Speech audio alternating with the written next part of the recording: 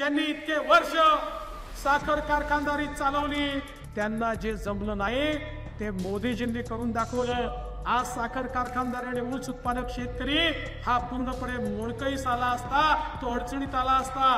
मोदीजींनी एकीकडे इथेनॉलची योजना आणली, दुसरीकडे MSP ची योजना आणली, कारखान्यांना NCDCतनं मदत करण्याची योजना आणली, 2000 कोटी रुपयाचं वेगळं पॅकेज दिलं आणि या ठिकाणी FRP देण्याकरता देखील मोदीजींनी मदत केली।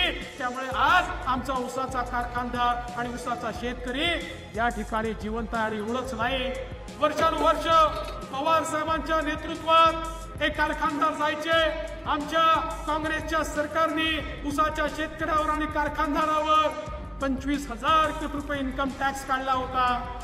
इतके वेळा पवार साहेब शिष्टमंडळ घेऊन त्या प्रधानमंत्र्यांकडे गेले, त्या वित्तमंत्र्यांकडे गेले, केवळ आश्वासन मिळायचं आणि नंतर ते सांगायचे की रेट्रोस्पेक्टिव्हली मागील तारखेपासून टॅक्स आम्हाला रद्द करता येत नाही।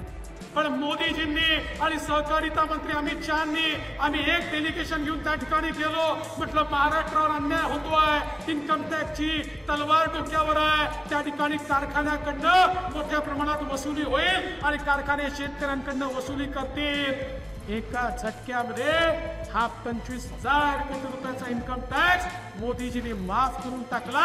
एक नवा पैसा कोणाला द्यावा लागला नाही। शेतकऱ्याच्या मागे उभं राहणारं सरकार जर कुठलं असेल तर ते मोदीजींचं सरकार आहे।